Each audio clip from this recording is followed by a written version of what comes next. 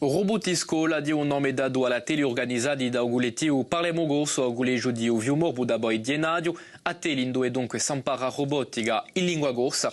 I scolari presentavano Eriso Brugetti, allora Maia Graziani e Tifeni Ortiz Verea ci sono andati e l'hanno scontrati. Durante 5 mesi, un'ora a settimana, Antoine ha lavorato in un tasto bruglietto. Precisione di abitura, direzione, stabilità da robotica a decorazione si è impegnato in ogni dettaglio. E tutto questo l'ha fatto in lingua corsa. Per me è importante perché la lingua ci vuole fare che dura in un tempo e anche di una maniera differente di lavorare la lingua e la matematica. Si cercano sempre certe parole, anche più con delle tecniche, ma per questi professori impegnati in modo benevolente in Bruglietto è stata una vera gamba e l'interesse è maggiore. Già per la lingua scoprono parole che non hanno mai inteso, parole specifiche.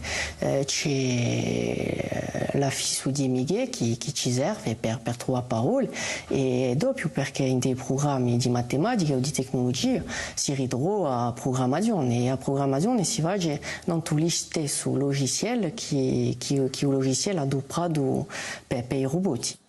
Robot di scuola è un nome di statelli organizzati da Uguletiu parliamo corso. La vettura parte da casa, dopo si ferma per pigliare 2 passeggeri. 7 scolari di quarta e terza bislingua hanno partecipato, tutti una maestra non mica lingua a piano, ma la opera non piace da presentare il suo lavoro.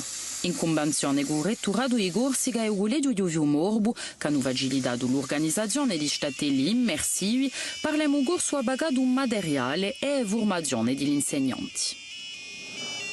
Per il momento a titolo sperimentale, che abbiamo provato qui in Uguleggio di Uviumorbu, ma ci vediamo che il bilancio è piuttosto positivo e ci abbiamo dato da qui a poco per fare veramente, per sapere come dare un seguito al suo progetto e speriamo di promuoverlo nell'Accademia.